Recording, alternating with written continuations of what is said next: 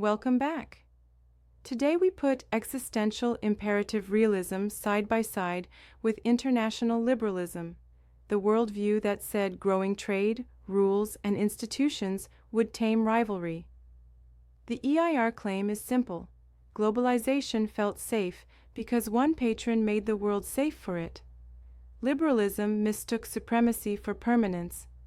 When the patron's capacity or will recedes, interdependence turns from virtue into exposure. Start with first principles. Liberalism treats economic interdependence as peace-building. The higher the trade, the higher the cost of war, therefore the lower the chance of war. EIR treats interdependence as a conditional bargain that works only while existential lifelines are secure. If the lifeline itself, energy, food, sea lanes, critical tech, payments, depends on a rival's permission, dependence is not cooperation. It is a timer. The moment necessity clashes with promise, necessity wins. We saw the boundary in real time.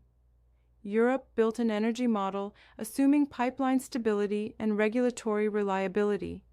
Conflict turned that model into fragility. Supply chains spread across oceans under the assumption that shipping lanes would remain predictable. Pandemic shocks and geopolitics exposed single points of failure in chips, pharmaceuticals, and rare earths. The global payment system looked neutral until sanctions demonstrated it is a strategic instrument. Liberalism read these as temporary exceptions. EIR reads them as the normal test of any system under stress. Moral capital is a good phrase for the liberal wager. Reputation, norms, and universal values would lower transaction costs and discipline bad actors. EIR does not dismiss moral language, it demotes it. Values shape rhetoric, but survival sets policy. When a government faces fuel shortages, food price spikes, or fiscal collapse, it will not burn down its regime to preserve a rule that now threatens its existence. That is not cynicism. It is the predictable behavior of any organism. Consider three concrete contrasts. First, sea lanes and choke points. Liberalism assumes safety by habit, insurance, shipping standards, and routine patrols. EIR asks who can actually keep the lanes open when it matters. A coastal state dependent on one narrow strait cannot outsource its fate to the memory of safe passage. It needs denial systems, partners with lift and escorts, and a domestic buffer of fuel. If the buffer is thin, a speech about rules-based order will not move a single tanker. Second, technology sovereignty. Liberalism optimizes for efficiency. Design here, fabricate there, assemble somewhere else. EIR optimizes for survival. Which steps are veto points, and who holds the veto? If a rival can choke lithography, advanced compute, or the tools that build the tools, your economy is renting its future. This is why states are absorbing short-term costs to reshore or friendshore parts of the semiconductor stack. They are not abandoning prosperity. They are redefining it to include the right to exist under pressure. Third, sanctions and counter-sanctions. Liberalism treats sanctions as moral censure multiplied by finance. EIR treats them as economic weapons with blowback. Cutting a rival off may degrade their capacity, but it also pushes them to build parallel pipes, alternative payments, commodity swaps, new corridors, reducing your future leverage. At the same time, your own dependencies surface. Allies who rely on cheap inputs balk, domestic prices rise, and political patience thins. In EIR terms, the question is not, are sanctions justified?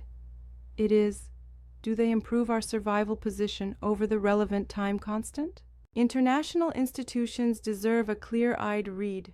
Liberalism saw them as referees. EIR sees them as extensions of power when power is plentiful and as stagecraft when it is not. Institutions help coordinate public goods. They also freeze yesterday's balance of power into today's rules. When the balance shifts, rules bend or break. The test is not whether the communiques sound principled, it is whether members can and will enforce outcomes at cost. If not, the forum becomes a theater where elites manage legitimacy while actors resort their lifelines elsewhere. This is not an argument for autarky or isolation. It is an argument for asymmetric interdependence. Participate where it strengthens your buffers. Exit where it creates vetoes over your lifelines. A state that cannot refine enough fuel, produce basic munitions, secure food inputs, or maintain compute will find its foreign policy scripted by whoever can. That scripting will arrive wrapped in values. It will still be scripting. Let's make the critique practical with a few liberal promise versus EIR reality pairs. Trade makes war irrational. It does until the trade structure endangers sovereignty. When a polity believes delay equals dissolution, war becomes a rational attempt to reset the structure despite the costs. Think of states that launch risky offensives to break blockades or seize supply corridors. From the inside, they are buying time, not chasing glory. Rules guarantee predictability. They do when backed by credible enforcement. Without that, rules are advice. The WTO can adjudicate, it cannot escort a container ship through a contested strait. A sanctions panel can condemn, it cannot manufacture air defense missiles. Predictability is an output of capacity, not a vote. Reputation deters cheating. Sometimes. But when survival is at stake, even high reputation states defect. Defaulting on debt, imposing export bans, or seizing assets is irrational only if you rank reputation above existence. Most governments do not. What, then, replaces the globalization myth inside EIR? Not nostalgia for autarky, but a new hierarchy. Secure the critical few, diversify the important many, trade the rest. Critical few are lifelines with short-time constants: electricity, fuel, water, compute, food staples, munitions. Important many are components and services that can be hedged with multiple suppliers and larger inventories. The rest can be left to price. Coherence and mythos matter here more than liberal theory allows. A society without a shared story cannot sustain the costs of strategic rewiring. Leaders will promise resilience and retreat at the first protest. By contrast, a polity with a binding mythos, secular or sacred, that frames sacrifice as continuity can endure the temporary pain of reshoring, stockpiling, and defense taxation. Coherence turns budgets into throughput. Mythos turns pain into patience. Liberalism calls that populism or nationalism. EIR calls it the necessary psychology of survival in a hard era. You can use this lens tomorrow. When you read a policy paper that praises integration, ask 3 questions. Which lifelines does this deepen or expose? Who holds vetoes over them? How fast would failure propagate if the veto were used? Days, months, or years? If the answers are uncomfortable, the integration is not strategy. It is wishful accounting.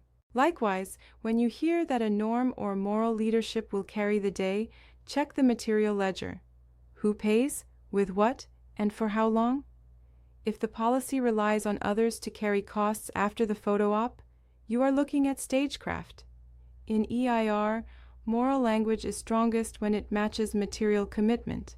Build the factory, field the battalion, sign the long-term fuel contract, lay the cable, harden the port. If the action exists, the values are strategic. If not, they are atmosphere. One last example to fix the point. A government faces rolling blackouts and dwindling gas reserves after a pipeline loss. The liberal script promises solidarity, shared sacrifice, and a rapid green transition. The EIR script sets the order of moves: secure emergency fuel even from politically inconvenient partners, protect baseload by any workable means, segment and harden the grid, then rebuild a diversified energy mix with domestic capacity at its core. The first script sounds nobler. The second keeps the lights on so nobility has a stage to stand on. The takeaway is blunt. International liberalism treats prosperity as a path to peace. Existential imperative realism treats survivability as the path to any durable prosperity. Globalization was a phase made possible by guardianship and slack. As both thin, the system reverts to its baseline. Actors act to live. Build your policy from that sentence outward, and interdependence can still serve you, on your terms, not at the mercy of someone else's veto.